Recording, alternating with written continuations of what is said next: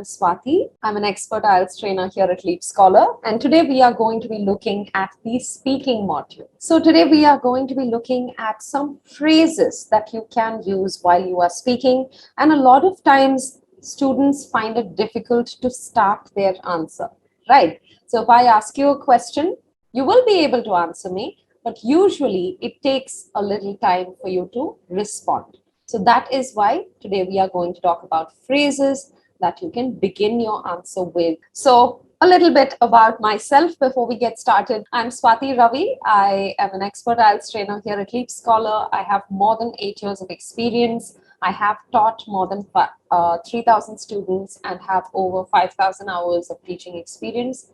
I am a British Council certified IELTS trainer and a TESOL Canada Board certified language trainer. So whatever questions you have related to the IELTS test, I will definitely be able to help you in that regard. Yes? Okay. So what we are going to do now is we are going to be looking at some phrases that you can use while speaking. So I will teach phrases, different types of phrases, and then I will give you sample questions and I would like you to send your answers. So the purpose is for us to apply the phrases that we learn. So I will be teaching you sets of phrases for different types of questions, and we will try to apply as many of them as possible as we are learning. Yes? Okay. So first we are going to look at phrases related to time. Now, whenever they ask you a question in part 1, this is mostly used in part 1. Part 1 in speaking is always based on your life, right? They are going to ask you questions that you already know the answer to. For example, do you live in a house or an apartment? This is a part 1 question. In this question, do we have to think about the answer? Do I not know? I already know that I live, whether I live in a house or an apartment, right? So part 1 questions are always questions that you already know the answer to. So what are they testing? They're not testing our answer. They're not testing whether you know if you're living in a house or an apartment. So what are they testing? Yes. What do you think they are testing? What is the purpose of this part 1? They are asking us questions we already know the answer to. Questions that we don't have to think about. So what are they trying? Our proficiency, yes. Our way of expressing ourselves. To know more about us, not really. The examiner doesn't really care, right? They want to see how well we can express ourselves, even for simple everyday questions. Yes? So, yes, Kawal, you're correct. Our vocabulary, our fluency, and the way of speaking. So, a lot of times, what it comes down to is how well you answer, how quickly you answer, how fluently your answer flows, right? So, they are not testing the content in this part. They are testing our ability to express ourselves. And using these phrases is extremely helpful in increasing how fluently we are able to give our answers. So I'll give you some sample questions for which you can easily give answers using phrases related to time. For example, if I ask the question, so in part 1, any questions that are related to habits or routine or likes and dislikes, you can answer using phrases related to time. Yes? So if I ask you the question related to habit, do you like spending time outdoors? This is the question. Now for this, you can say, yes, I like it, right? But this answer is not long enough, right? So it's too short and it doesn't give any kind of details. Whenever you are answering, you should always, using phrases of time, will automatically introduce a detail, right? So do I like spending time outdoors? Yes, of course. Every Sunday, I go out with my family or friends, either to watch a movie or to eat something. Or you can say to eat at a restaurant. If you answer like this, so when you started every Sunday, just because you started every Sunday, you automatically gave more details about it. Yes? So I want you to try using phrases related to time to introduce more details into your answer every time they ask you a question about likes, dislikes, habits, or routine. Yes, you can also use it for questions about your childhood. When I was a child, when I was younger, when I was 10 years old, these are also phrases that refer to time. You can also say every day, next year. If you are talking about the future, then you can say next year I will, or next year I hope to, right? So let's do some sample questions. I'm going to give you the questions. You're going to give me the answer. Then I will give my sample answer. Yes? Shall we do that? Will you live in your hometown in the future? Quickly send me your answers using a time phrase for the future. You can say next year, or you can say in the future, or you can say I hope to, I will not. Okay, let's do one more question. Yes, so we've done one question about the future. Next, let's try one question about the past. Yes? Okay. Did you enjoy spending time with family when you were a child? Did you enjoy spending time with family when you were a child? So the question is about your childhood. There are different ways to start this answer, right? You can say, when I was a child. You can write like this and continue. Or you can say, during my childhood. This is also okay. My childhood, yes, that is also fine. Or specific time periods, especially during summer, especially with my grandparents, especially with my siblings. So these kinds of details make your answer very good. All right. Okay. Let's now move on to the next set of phrases. So far we have looked at time phrases. In the future, please use all of these time phrases whenever they are asking you a question. You can very well use time phrases to increase the amount of details in your answer. Yes? Okay. Let's move on to the next set. Next set is phrases of comparison. Right. Now, it doesn't mean that you can only use comparative phrases for comparative questions. You can use phrases of comparison for any type of question. Let's try one. Let's say, what is your hobby? For this question, I can say, my hobby is. I can answer like this. Or I can make a comparative statement. I can say, a few years ago, my hobby was gardening. However, currently, my hobby is painting, and I spend a lot of time painting. Yes, it's not confusing. What we need to do is learn these phrases. If you know the usage of these phrases, then you won't get confused. Yes, practice with these phrases of comparison. Yes, okay. I'm going to give 3 questions for the same phrases. First question, what is your hobby? Don't give me a direct answer. I want a comparative answer. Yes, can you give me a comparative answer? A few years ago, my hobby was, or currently my hobby is, this is also fine. Or you want to say, back when I was a child, what I did and now I don't, right? So anything is fine. In the past, what was your hobby? Currently, what is your hobby? Back when I was a child, my hobby was drawing, but now it has changed to driving cars. Fantastic, but include one more sentence after this. Then you can say, I really enjoy driving cars because, and then you can give your reason. As a child, I enjoyed drawing, but over the years, I realized it disappeared and I suddenly enjoyed baking a lot more. Fantastic answer, right? So you can say that when I was a child, I was very interested in listening to music, and currently I also play music or I play instruments. Yes? Okay. Initially, I did this. Initially, I was interested in, but recently I have become interested in. Very good.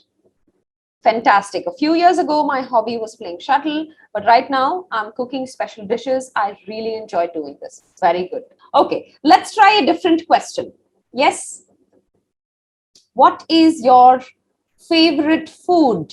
This is your second question. What is your favorite food? A few years ago, it was something else. Right now, it's pizza. Yes, definitely. As we grow, most of us would like to try different foods. So am I. That's fine. But you did not give me the answer at all. What is your favorite food? You didn't answer. When I am a child. No, it should be when I was a child.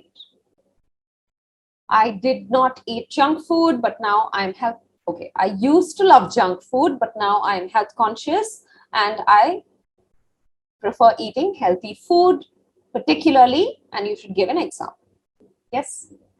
Spicy dishes. Nowadays, I want to have sweet foods. Okay. Favorite food was pizza.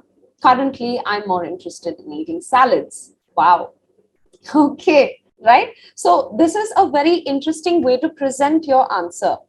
Right. You are still saying what your favorite food is, but instead of giving a direct answer, you are giving a comparative answer. Yes. Not on my childhood. It should be during my childhood. Let's move on to the next set of phrases. Yes. Next is using used to for past action. Now, the main reason I am showing this individually is because of how you elaborate after using used to. Usually, I've seen students using used to. Even now, I'm seeing some answers here. I used to do this. I used to do that. But the problem comes in how you elaborate after that. For example, I used to spend a lot of time outdoors. Full stop. This is fine, right? What happens is after this, all the students who are elaborating or extending on the story, they continue to use used to. I used to play with my friends, right? This is not a good format. If you are starting your answer with I used to, please continue your elaboration using I would. I would go out to the playground with my friends to play cricket. Yes, right? So if you start your answer with used to, please continue elaborating using I would, right? Don't use I used to for the next sentence and the next sentence also. So start your answer with I used to, continue elaborating using I would. Yes, you can also start by saying I remember that I used to. Back then I used to. Yes, so back then I used to. We are combining time phrase as well as habitual phrase. Used to, it is not use. Guys, it is not used to. No, it is used to. But the D is not pronounced heavily. The D is light. D sound is light. The D is there, but I'm not pronouncing it very heavily. I could. I could is used when you're talking about the future. Yes, don't mix it up. If you're talking about past habits, you should not use I could. I could is used either for the future or for hypothetical, imaginary scenarios. Yes? All right. Let's do a sample question for this question type, this phrase. Right. What is one thing that you have changed about yourself? This is a part 3 question. Yes. What is one thing that you have changed about yourself? Part 3 question. Your answer should be how long? Do we know? It should be 4 sentences. 3 to 4 sentences for part 3. So whatever you say, you have to give me further details about it. I remember that I used to be an introvert, but now I am an extrovert. This is fine, but the answer is too short. You have to further elaborate on that. I would stay in my room all day and not interact with other people. Elaborate on the past using I would. Yes, back then I used to be a very sensitive person. I would go to my bedroom and cry for small misunderstandings, but now I am honestly trying to change myself. I used to wake up late. However, I've realized the value of time, so I wake up early in the morning and start my routine. Very good. I used to get anxious over small things. Okay, now I got rid of this problem. Okay, I used to sleep a lot. Okay, right. I used to care about others. Oh, you don't care about others anymore.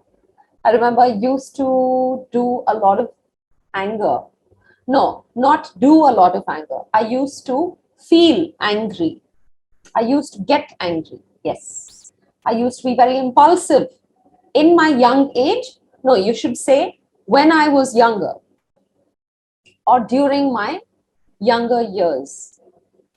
Okay. I remember that I used to spend time on movies. I would spend time on family and useful things only. I would is not used for the present. I would is used to elaborate on the past. Yes, please be careful about that. I used to be very lazy. Yes, I would do this. Okay.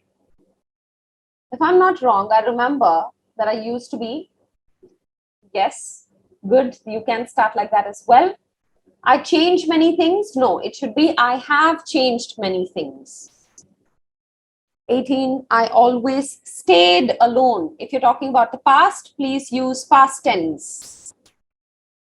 Yes? All right. Next and the last phrase, set of phrases is showing emotions, right? So another easy way to give your answer and make sure that your answer is detailed is to include emotions in your answer. Yes? So for example, if they ask me the question, do you like? Any question about likes and dislikes, you can use emotions to elaborate on your answer, right? So if they ask me, do you like to travel, right? So I can say, I like to travel, right? Or I can include any of my emotions in the answer. You can start with emotions as well, or you can even include it in the middle of your answer. So I can start by saying, I am truly happy when I travel, right? So I'm still responding to this question, but instead of saying, yes, I like to travel, I am giving that answer using an emotion, right? I am truly happy when I travel. Now I can elaborate by saying, because I feel like I am relieved of my mundane burdens. Yes, including work life and household chores. Now I can elaborate on how I like to travel. Mundane means everyday, routine, boring. Yes, I do enjoy traveling a lot because it allows me to learn about different places, people, different cultures, and different kinds of lifestyles. Yes, right? So try to include your emotions in your answer. I have travel sickness. That's unfortunate. You can even start by saying, unfortunately, I get travel sick very easily and therefore don't particularly enjoy traveling. I love to travel a lot, but unfortunately, I have travel sickness. Yes. Okay. Fantastic. Good job, everyone. Right? Okay. Let's do one last question and then I'm going to give you a list of vocabulary that you can use. Now, I am happy about the fact that I am concerned about the fact that I want you to use one of these last two options, 4 or 5. Yes, option 4 or 5. I want you to use one of these. Yes. Okay. So we'll do a part 3 question, which is an analysis question. Let's say, do you think The government should care for the elderly. This is a part 3 question. Part 3 question. I want you to use either number 4 or 5. Either start with I am concerned that or I am happy that. So I can say I am concerned about the fact that so many of our elders are not getting the required medical attention due to the limited availability of medical facilities. Yes, this is a sample answer. I'm concerned about the fact that we are still having a discussion on it as it should be a constitutional right. Fantastic answer. Yes, I'm seeing many of you here whose names I recognize. Yeah, all right. I'm concerned about the senior citizens as they are not properly taken care of by the government, and moreover, they were once the taxpayers. Honestly, I personally care about elder people. No, it should just be elders. Elders means older people. Government gives them pension and they show they care, but they don't care. They doesn't is grammatically incorrect. It should be, but they don't care. Yes? Okay. Definitely, I think I'm concerned about the fact that it will be an additional burden to the country. Yes. Lack basic necessities. Yes, very good. Tough life. Okay. Generating new laws. 100 new clinics for better treatment of the elderly. Fantastic. I would be so happy if government takes steps for the elderly. Answer's fine, but it's too short. I'm happy about the fact that there are certain schemes which are helping the elders. Don't say elderly people, just say elders. Yes, or the aged population. That is also fine. I think now you all know how to use different phrases when you're responding to answers in part 1 and 3. In part 1 and 3, when they're asking questions, please don't use the same old format all the time. Do you like this? Yes, I like this. Right? This is too boring. And that is why we have learned different phrases for us to start our answer with. Yes? So instead of starting your answer with the usual response, yes or no, instead of that, try using these different phrases. Yes? Will all of you practice this? Will all of you start using these phrases? Phrases we can use to talk about experiences. This is the last one, but I just want you to do one fill in the blank for 2 and 3. I've written one experience here, right? I had never seen, felt, or experienced anything like that before. This is an example of how you can talk about new experiences in the past, right? So the first time you experienced something, if you are talking about the first time you did something, please use this format. I had never experienced anything like that before. I had never seen anything like that before, right? And you can use this with any type of action. I had never. This is your starting phrase. Or you can also say, it was the first time I ever dash. Okay? All right. I had never dashed before. If they are talking about a new experience. I'll give you an example. I went to a music festival with 10,000 people. I had never experienced anything like that before. I had never got the opportunity to visit Bangalore before. Yes, I had never scored up to 60% before, right? I have never experienced this type of online coaching, okay? I had never went on a roller coaster before, but I would. Guys, okay, I think there is some confusion about when this happened. This is used for something you have tried in the past. Okay, it's already a completed action. You can't use this for things you have still not tried. If you've still not tried, you will say, I have never. This is for till now, right? I had never is for completed action, right? For example, I had never experienced that until last year. Yes, I had never seen her like that before. It is a completed action. I had never experienced kayaking before, but it was an amazing experience. You're talking about something that you've still not done. If you've still not done it, you can't use had never. If you've still not done it, you will use have never. Had never is used for something you have done, but it was the first time you did it. Yes, the first time you did something. Not for things you've not yet done. Clear? All right. Okay, guys. So that's it for today. All right, guys. Thank you very much.